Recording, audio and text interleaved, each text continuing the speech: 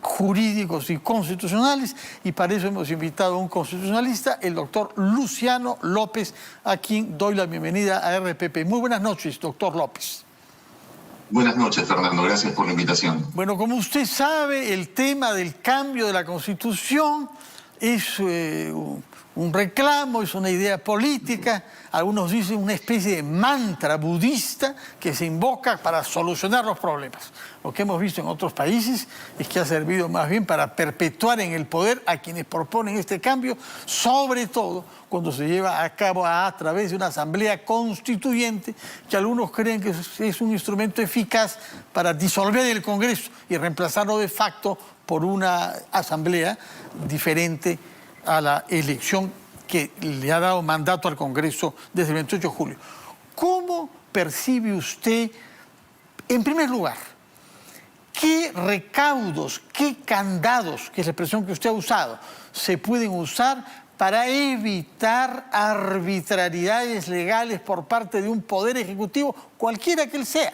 ¿Qué candados tenemos? Y luego vamos a hablar sobre el tema específico del cambio de la Constitución y la Asamblea Constituyente. Cuéntenos, por favor, cuál es esta propuesta que usted hace de introducir en nuestro marco normativo candados para, en buena cuenta, evitar la arbitrariedad política. Bueno, fundamentalmente lo que creo es que hay que poner en blanco y negro en la Constitución, Fernando, de que no procede la cuestión de confianza contra reformas constitucionales. Esto tiene dos fuentes hoy en día sin mover un ápice de la Constitución. El famoso informe de la Comisión de Venecia, no sé si recuerdan cuando Pedro Laechea hizo una consulta. Bueno, el informe de la Comisión de Venecia dijo, además sumamente autónomo, muy neutral, que duda cabe, señaló que no es conveniente que puedan generarse cuestiones de confianza contra proyectos de reforma constitucional porque estas debiesen ser pensadas, punto número uno. ¿Por qué estas tienen que ser, perdón, puede repetir? Tienen que ser pensadas, tienen que ser meditadas, tienen que generar un espacio de reflexión y sobre todo de socialización con la ciudadanía. De grosso modo, palabras más, palabras menos, lo que dijo la Comisión de Venecia, y además que fue de alguna manera en un punto de vista coincidente con lo que dijo el Tribunal Constitucional en el fallo mayoritario del caso de la disolución del Parlamento, porque recordaremos que se ganó por 4-3, o sea, muy pegada la votación, pero en ese voto mayoritario, Fernando, una de las cosas que hizo el tribunal, más allá, yo no estoy de acuerdo con el tema de la denegación fáctica, el tribunal la bendijo allí, pero la contrapartida fue que sí el tribunal señaló que no es conveniente, tampoco, alineándose un tanto con la Comisión de Venecia, plantear cuestiones de confianza contra reformas constitucionales, que las cuestiones de confianza tienen que plantearse contra políticas generales de gobierno y que estas sí pueden estar materializadas en proyectos de ley, que duda cabe.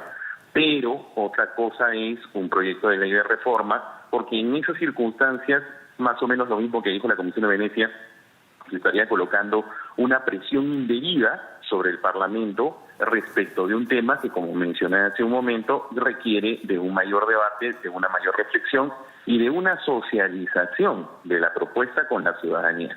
Entonces, ahí ya existe, como ves, una suerte de candado, pero es una sentencia del tribunal y muy apretada. Entonces, lo más recomendable... Además que no la ha proscrito, dice que no es conveniente, pero no considera que sea anticonstitucional.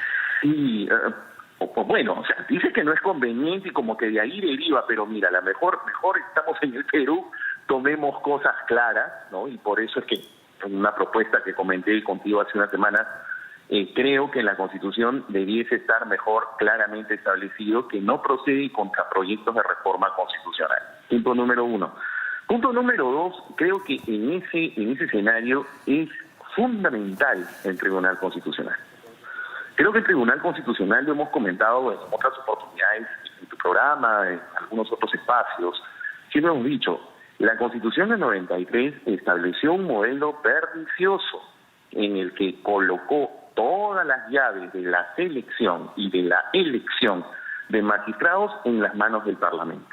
¿Cuál es el resultado? Bueno, ya además está decirlo, Fernando, todos lo conocemos, siempre han sido más que accidentadas las elecciones. ¿Cuál puede ser un buen modelo? Un buen modelo puede ser el que separe el proceso de selección del de elección. Hay un órgano de reclutamiento de personal, un headhunter, como dicen hoy en día, ¿no? Natural, que existe en el Estado para jueces y fiscales de todas las instancias, la Junta Nacional de Justicia. Por eso es que, por ejemplo, yo he hecho un planteamiento en el que la Junta Nacional de Justicia podría encargarse del proceso de selección. Hay que aumentar el número de jueces porque 7 es un número antitécnico. Lo conversamos la vez pasada, lo vuelvo a recalcar. Jueces no, ¿no? Miembros de la Junta, dice usted. No son jueces, ¿no? Los miembros de la Junta. No. Estoy hablando del Tribunal Constitucional. O sea, lo que estoy diciendo es que la Junta Nacional de Justicia jueces constitucionales. Claro, más de 7, ¿por qué? Porque es un órgano de deliberación que no puede tener un número tan ajustado. Ahí está la muestra.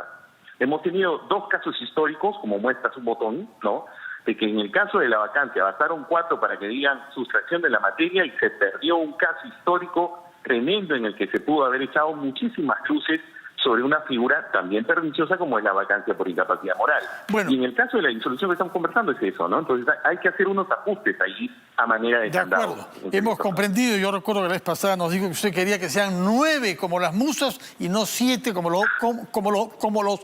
los pecados capitales. Vamos a retener esta idea. Vamos a retener esta idea. Hacer una pausa, por favor, después de la cual quisiera regresar a preguntarle, puesto que no se puede modificar la Constitución vía cuestión de confianza, ¿cómo sí se puede? ¿Y cuán aceptable es en nuestro marco normativo que se haga vía convocatoria de una asamblea constituyente? Nos va a explicar eso el doctor Luciano López después de una breve pausa.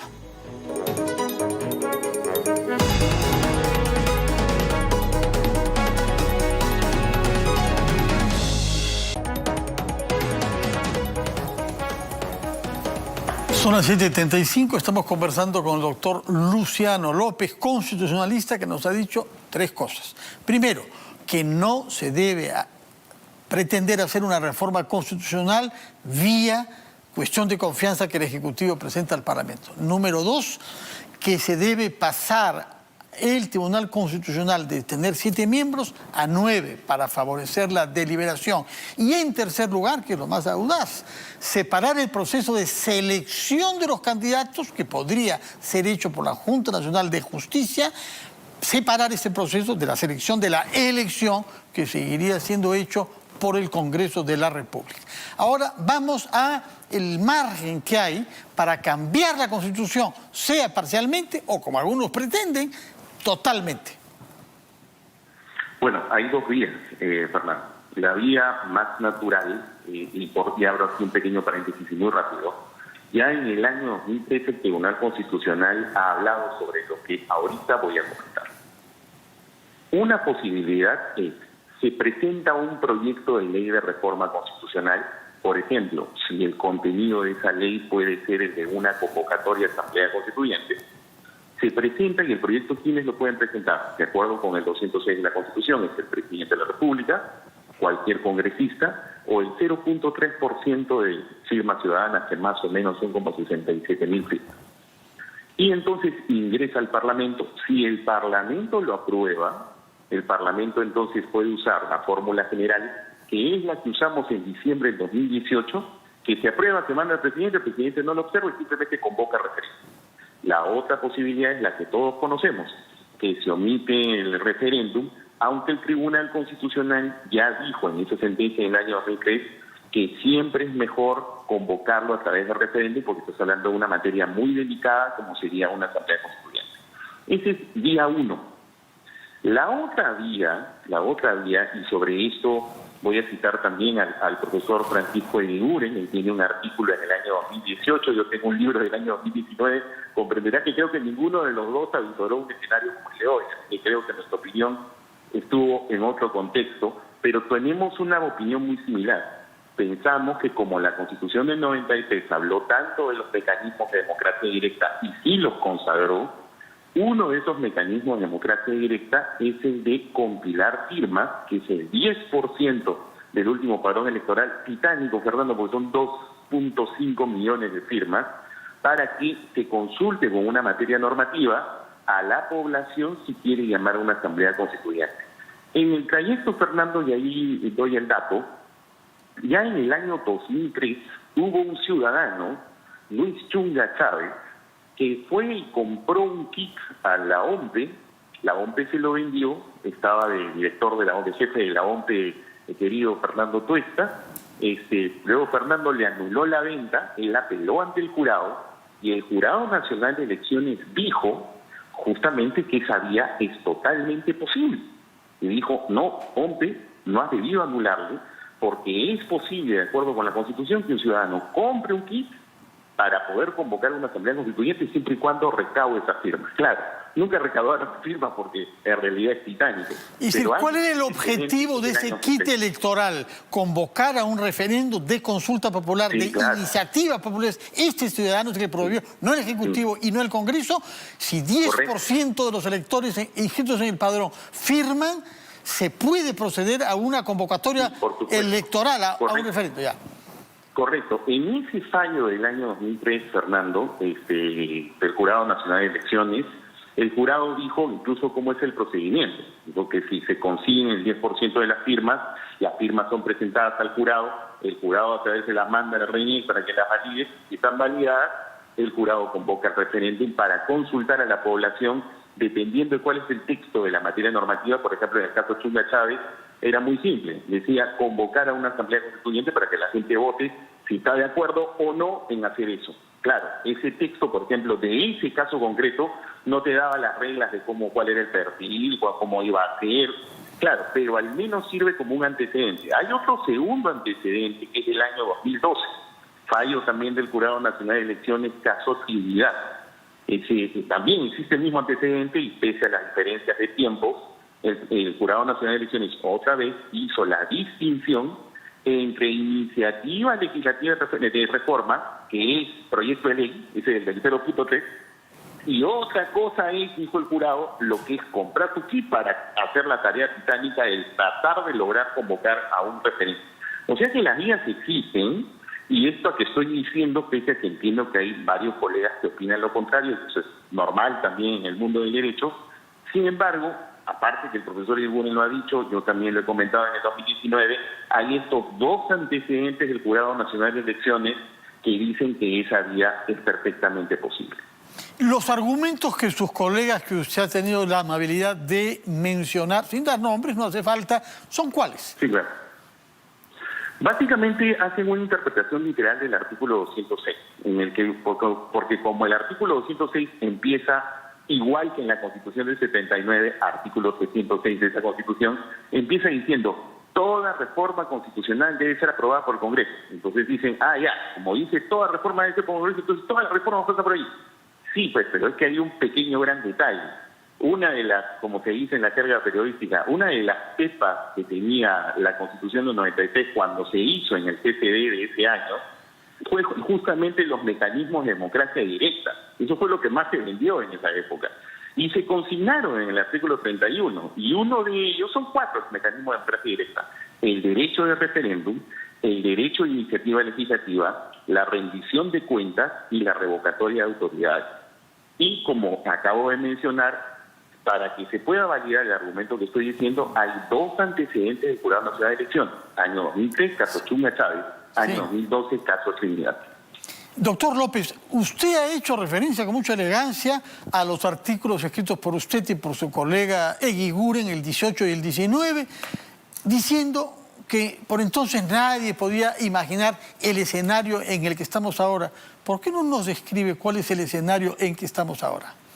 Aquel que era inimaginable hace el escenario que sí, Fernando, te agradezco. Es el mismo escenario que conversamos la semana pasada. Pero hay gente que puede no haberse dado cuenta de cuál es el escenario, así que apelo a su pedagogía para explicar en términos jurídicos, naturalmente, cuál es ese escenario. ¿Cuál es ese escenario inimaginable? El escenario, yo lo he comentado, lo vuelvo a comentar. Como ciudadano tengo la preocupación de que nuevamente por un mal diseño de la Constitución 93 han pasado a la segunda vuelta 2 candidaturas que sumadas ni siquiera llegan al tercio. Bueno, es un defecto de la Constitución. Ha pasado y son 2 candidaturas, una que promete algunas cuestiones que son reñidas con el orden constitucional. Lo comentamos la vez pasada, esto de tratar de desactivar el jurado, la Defensoría del Pueblo, el Tribunal Constitucional. Bueno, ya después se ha moderado un poco, pero nos anuncia cosas complicadas, ¿no? Y la otra candidatura, bueno, que duda cabe, representa pues a un partido que llevó a cabo una dictadura, hay sentencias de corrupción, hasta el propio equipo técnico que tiene en materia económica, uno es un sentenciado por delito de cohecho, que es soborno, o sea, y en el último quinquenio su bancada parlamentaria fue la que ha generado pues unas graves crisis que todos conocemos. Entonces, son dos candidaturas que hay muchas, hay un gran porcentaje de la población que pues no sabe por quién va a votar, y justamente una opción puede ser el voto blanco nulo. Yo no soy tan partidario de ello, pero definitivamente ese es el escenario. Por eso es que lo que creo, y lo conversábamos la vez pasada, en un escenario como este quizá la llave la puede tener el Parlamento actual, tomando algunos seguros para que nadie se salga del carril constitucional. Con los meses que les quedan, dividiendo el lapso para que hayan dos leyes. No. Ya contestó antes de que yo haga la pregunta, ya me le vio los ojos, parece. Contestó antes de la pregunta, ¿no? Porque quiero hacer saber que se ha rumoreado la posibilidad de que los congresistas se pongan de acuerdo para de los menos de 3 meses que les quedan, salgan 2 legislaturas diferentes, que es lo que se requiere para hacer cambios en la Constitución. Estimado Fernando, yo estoy en rotundo desacuerdo con esa figura porque me parece inconstitucional. Me parece inconstitucional porque es irrazonable. O sea, como he mencionado, el artículo 206 se habla de un mecanismo ordinario, es el que tú apruebas y lo llevas a referéndum. Omite si es que tiene 2 legislaturas ordinarias sucesivas. La única vez donde se ha partido una legislatura en 2 fue una situación ultra excepcional, que fue con la caída del Fujimorato en el año 2000, con la asistencia de la mesa de diálogo de la OEA. El punto no es ni siquiera comparable. Lo más salomónico, y justamente para poder socializar reformas neutras como las que, por ejemplo, hemos propuesto, es que se aprueben y se deje convocado ya un referéndum para octubre o noviembre de este año, y que la ciudadanía, todos nos aseguremos de ratificarlas para que el gobernante que salga elegido sepa que no se debe salir pues del cauce constitucional. Bueno. Es mucho más legítimo y es mucho más socializado con los requerimientos que tiene la población de lucha contra la corrupción y estabilidad democrática. Doctor López, muchas gracias. Algo me dice que estamos destinados a vernos nuevamente algunas veces y que usted y sus colegas constitucionalistas tendrán mucho trabajo en los meses que vienen. Muchas gracias por su presencia en RPP y buenas noches. Gracias. Hacemos una pausa y después de haber hablado sobre temas técnicos y sanitarios y sobre temas constitucionales,